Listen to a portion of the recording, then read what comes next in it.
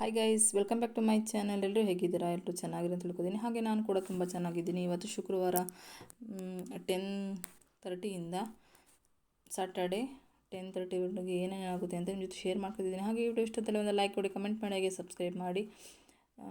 ಸಾಮಾನೆಲ್ಲ ತಂದಿದ್ರು, ಸ್ವಲ್ಪ ಲಿಕ್ವಿಡ್ಸು, ಪಾತ್ರೆ ತೊಳೆಯೋ ಸೋಪು ಅವೆಲ್ಲ ಬೇಕಿತ್ತು, ಅದನ್ನೆಲ್ಲ ತಂದಿದ್ರು. ಅದನ್ನು ಕೂಡ ಇವಾಗ ಎತ್ತಿಟ್ಕೊತಿದ್ದೀನಿ. ಹಾಗೆ ನಿಮ್ಮ ಜೊತೆ ಇನ್ನೊಂದು ವಿಷಯನ ಶೇರ್ ಮಾಡ್ಕೊತಿದ್ದೀನಿ. ನನ್ನ ಜೀವನದಲ್ಲಿ ಆಗಿರುವಂಥ ಎಕ್ಸ್ಪೀರಿಯನ್ಸ್ನ ನಿಮ್ಮ ಜೊತೆ ಶೇರ್ ಮಾಡ್ಕೊತಿದ್ದೀನಿ ಫ್ರೆಂಡ್ಸ್.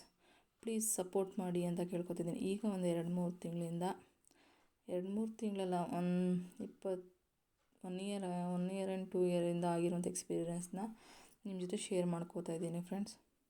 ಮೇ ಬಿ ಈ ಎಕ್ಸ್ಪೀರಿಯೆನ್ಸ್ ನಿಮಗೂ ಕೂಡ ಆಗಿರ್ಬೋದು. ಇದು ನನಗೆ ನನ್ನ ಸಂಬಂಧಿಕರು ಕಲಿಸಿದಂಥ ಪಾಠ. ಏನಂದರೆ, ಇವಾಗ ಒಂದು ಸರ್ಕಲ್ನ ಹಾಕೊಂಬಿಡ್ಬೇಕು ಸಂಬಂಧಿಕರ. ನಾವೇನು ಅನ್ಕೋತೀವಿ, ನಮ್ಮ ಸಂಬಂಧಿಕರು ಹಾಗೆ ಹೀಗೆ ಎಲ್ಲದಕ್ಕೂ ಆಗ್ತಾರೆ, ಅವ್ರು ಇದ್ದಾರೆ ಬಿಡು ಅಂತ. ಬಟ್ ನಮ್ಮ ಕಷ್ಟಕ್ಕೆ ಯಾರೂ ಆಗಲ್ಲ. ಕಷ್ಟಕ್ಕಾಗಿದ್ರೂ ಅದನ್ನು ಹಾಗಾದೆ ಹೀಗಾದೆ ಅಂತ ಎಲ್ಲರ ಹತ್ರನೂ ಶೇರ್ ಮಾಡ್ಕೋತಾರೆ. ಸೊ ಇದು ನನ್ನ ಜೀವನದಲ್ಲಿ ಆಗಿರುವಂಥ ಎಕ್ಸ್ಪೀರಿಯೆನ್ಸ್ ನಿಮಗೂ ಕೂಡ ಶೇರ್ ಮಾಡ್ಕೋತಾ ಇದ್ದೀನಿ. ಎಷ್ಟೇ ಹತ್ತಿರದ ಸಂಬಂಧಿಕರಾದರೂ ಕೂಡ ನಾವು ಒಂದು ಸರ್ಕಲ್ನ ಹಾಕೊಂಡ್ಬಿಡ್ಬೇಕು. ಆ ಸರ್ಕಲ್ ಒಳಗೆ ಅವ್ರನ್ನ ಬಿಟ್ಕೊಳ್ಳೇಬಾರ್ದು. ಒಳಗಡೆ ಬಿಟ್ಕೊಂಡ್ರೆ ಆದಷ್ಟು ನಮಗೇ ಕೆಡುಕಾಗುತ್ತೆ ಅನ್ನೋದು ನನ್ನ ಜೀವನದಲ್ಲಿ ಆಗಿರುವಂಥ ಎಕ್ಸ್ಪೀರಿಯೆನ್ಸ್. ನಾವು ಎಷ್ಟೇ ಒಳ್ಳೆತನ ಮಾಡೋಕ್ಕೋದ್ರೂ ಅವರಿಗೆ ಅದು ಕೆಟ್ಟದಾಗೆ ಕಾಣಿಸುತ್ತೆ. ಬಟ್ ಅವ್ರ ಕಡೆಯಿಂದ ಅದು ಕೆಟ್ಟದಾಗಿ ಕಾಣಿಸಿರ್ಬೋದು, ಬಟ್ ನಮ್ಮ ಕಡೆಯಿಂದ ಅದು ಒಳ್ಳೆಯದೇ ಅಂತ ಅನಿಸಿರುತ್ತೆ. ಬಟ್ ಏನೂ ಮಾಡೋಕ್ಕಾಗಲ್ಲ. ಎಲ್ಲರ ಜೀವನದಲ್ಲೂ ಆದಂಥ ಎಕ್ಸ್ಪೀರಿಯೆನ್ಸ್ಗಳು ಅವ್ರಿಗೆ ಅದೇ ಅವ್ರು ಮಾಡಿದ್ದೇ ಸರಿ ಅನಿಸುತ್ತೆ, ಬಟ್ ನಮಗೆ ನಾವು ಮಾಡಿದ್ದೇ ಸರಿ ಅನಿಸುತ್ತೆ. ಏನೂ ಮಾಡೋಕ್ಕಾಗಲ್ಲ. ಇದರಿಂದ ಕಲ್ತಿರುವ ಪಾಠ ಏನು ಅಂತ ಅಂದರೆ, ಕೆಲವೊಂದು ಸಂಬಂಧಿಕರು ಹೇಗೆ ಅಂದರೆ ಫ್ರೆಂಡ್ಸ್, ನಮ್ಮನ್ನು ಟಿಶ್ಯೂ ಪೇಪರ್ ಥರ ಯೂಸ್ ಮಾಡ್ಕೊಬಿಡ್ತಾರೆ. ಅವರಿಗೆ ಅವಶ್ಯಕತೆ ಇದ್ದಾಗ ಮಾತ್ರ ಯೂಸ್ ಮಾಡ್ಕೊಂಡು ತೆಗೆದು ಡಸ್ಟ್ಬಿನ್ಗೆ ಹಾಕ್ತೀವಲ್ಲ, ಯಾವ ಥರ ನಾವು ಟಿಶ್ಯೂನ ಡಸ್ಟ್ಬಿನ್ನಿಗೆ ಹಾಕ್ತೀವಿ, ಅದೇ ಥರ ನಮ್ಮನ್ನು ಕೂಡ ಡಸ್ಟ್ಬಿನ್ನಿಗೆ ಹಾಕ್ಬಿಡ್ತಾರೆ. ಸೊ ಏನೇ ಆಗಲಿ, ಸಂಬಂಧಿಕರಲ್ಲಿ ನಾವು ಎಚ್ಚೆತ್ಕೊಂಡಿರಬೇಕು. ಯಾರಿಗೇನೂ ಜಾಸ್ತಿ ಪ್ರಯಾರಿಟಿ ಕೊಡೋಕೆ ಹೋಗ್ಬಾರ್ದು. ನಾವು ನಮ್ಮ ಫ್ಯಾಮಿಲಿ ಅಷ್ಟೇ ನಾವು ನೋಡ್ಕೊಂಡಿರಬೇಕು. ಇನ್ನಾದರೂ ನಾನು ಬುದ್ಧಿ ಕಲಿಬೇಕು ಅಂತ ಅಂತ ಅಂದ್ಕೊಂಡಿದ್ದೀನಿ. ಸೊ ನಿಮ್ಮ ಜೀವನದಲ್ಲೂ ಇದೇ ಥರ ಎಕ್ಸ್ಪೀರಿಯೆನ್ಸ್ ಆಗಿದೆಯಾ ಅಂತ ಕಮೆಂಟ್ ಮೂಲಕ ತಿಳಿಸಿ. ಎಲ್ಲ ಕೆಲಸನ ಮುಗಿಸಿ ಅಕ್ಕಿ ಕೂಡ ನೆನೆಸಿಬಿಟ್ಬಿಟ್ಟು ನಮ್ಮ ಡ್ಯಾಡಿ ಬಂದಿದ್ದರು ಕರ್ಕೊಂಡು ಹೋಗೋಕ್ಕೆ ಊರಿಗೆ. ಸೊ ಊರಿಗೆ ಕೂಡ ಹೋಗ್ಬಿಟ್ಟು ಅವರು ವರ್ಷದಡ್ಕೆನೂ ಮಾಡಿರಲಿಲ್ಲ. ಸೊ ಅದಕ್ಕೋಸ್ಕರ ನಾನು ಕರ್ಕೊಂಡು ಹೋಗಿದ್ರು. ಮಗಳು ಅಲ್ಲೇ ಇದ್ಲಲ್ವಾ, ಸೊ ಅದಕ್ಕೋಸ್ಕರ ಏನೋ ಸ್ಪೆಷಲ್ ಮಾಡೋಣ ಬಾರವ ಅಂತ ಹೇಳ್ಬಿಟ್ಟು ನಮ್ಮ ಮಮ್ಮಿ ಕರೆದಿತ್ತು. ಸೊ ಅದಕ್ಕೋಸ್ಕರ ಹೋಗಿ ಊಟ ಮಾಡ್ಕೊಂಡು ಸಂಜೆ ಬಂದ್ವಿ. ಇಲ್ಲೂ ಸ್ವಲ್ಪ ಪಾರ್ಸಲ್ ಕೊಟ್ಟು ಕಳಿಸಿದ್ರು. ಇವಾಗ ಅಕ್ಕಿ ನೆನೆಸಿದ್ನಲ್ಲ, ಊಟ ಎಲ್ಲ ಮುಗಿಸಿ ಇವಾಗ ಅಕ್ಕಿ ನೆನೆಸಿದ್ನಲ್ವ, ದೋಸೆಗೆ ಅಕ್ಕಿಯ ನೆನೆಸಿಟ್ಬಿಟ್ಟು ಹೋಗಿದೆ. ಇವಾಗ ಅದನ್ನು ರುಬ್ಕೋತಾ ಇದ್ದೀನಿ. ಅಕ್ಕಿ ಎಲ್ಲ ರುಬ್ಬಿಸ್ಬಿಟ್ಟು ಇವಾಗ ಪಾತ್ರೆ ಎಲ್ಲ ತೊಳೆದಿಟ್ಟು ಕಸ ಎಲ್ಲ ಗುಡಿಸಿ ಮಲ್ಕೋಬೇಕು. ಹಾಗೆ ನಾಳೆ ಬೆಳಗ್ಗೆ ಬದನೆಕಾಯಿ ಗೊಜ್ಜು ಮಾಡೋಣ ಅಂತ ಅಂದ್ಕೊಂಡಿದ್ದೀನಿ. ಅದನ್ನು ಕೂಡ ನಿಮ್ಮ ಜೊತೆ ಶೇರ್ ಮಾಡ್ಕೊತಿದ್ದೀನಿ. ಪ್ಲೀಸ್ ಸಪೋರ್ಟ್ ಮಾಡಿ ಅಂತ ಕೇಳ್ಕೊತಿದ್ದೀನಿ. ಎಷ್ಟೇ ಚೆನ್ನಾಗಿ ಕಂಟೆಂಟ್ ಕೊಟ್ಟರು ವ್ಯೂಸ್ ಬರ್ತಾಯಿಲ್ಲ, ಪ್ಲೀಸ್ ಸಪೋರ್ಟ್ ಮಾಡಿ.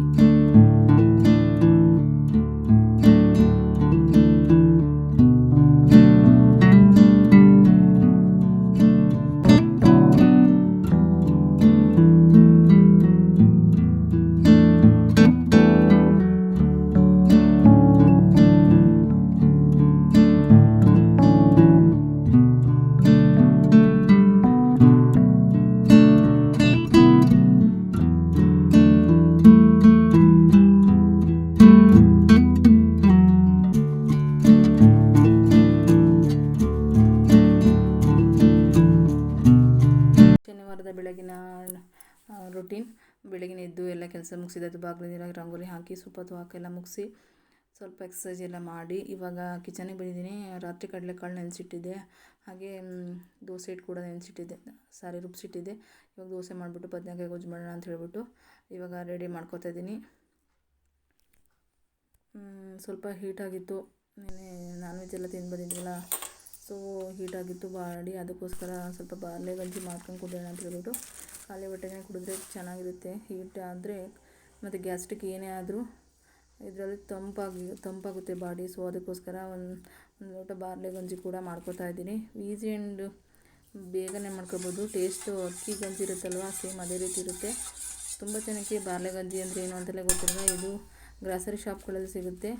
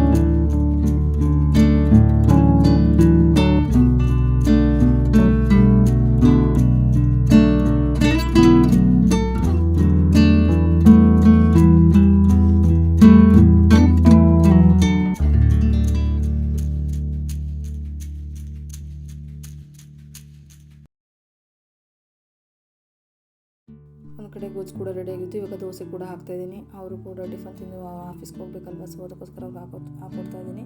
ಹಾಕ್ಕೊಟ್ಬಿಟ್ಬಿಟ್ಟು ಈ ಡೋರು ಸ್ವಲ್ಪ ಡಸ್ಟ್ ಆಗಿತ್ತು, ಅದನ್ನು ಕೂಡ ಒರೆಸ್ಬಿಟ್ಟು ನಾನು ಸ್ವಲ್ಪ ಎಣ್ಣೆನ ರೆಡಿ ಮಾಡಬೇಕು. ತಿಂಡಿ ತಿಂದ್ಬಿಟ್ಟು ತಲೆಗೆ ಒಂದು ಸ್ವಲ್ಪ ಎಣ್ಣೆನ ಮಾಡ್ಕೋಬೇಕು. ಡ್ಯಾಂಡ್ರಫ್ ಕೂಡ ಆಗಿಬಿಟ್ಟಿತ್ತು.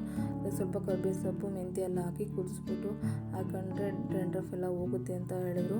ಸೊ ಅದನ್ನು ಕೂಡ ರೆಡಿ ಮಾಡಬೇಕು ಇವಾಗ. ಇದಾಗಿತ್ತು ಇವತ್ತಿನ video. Thank you for watching. ಸಿಗ್ತೀನಿ ಮತ್ತೊಂದು ಹೊಸ ವೀಡಿಯೋದೊಂದಿಗೆ. ಬಾಯ್.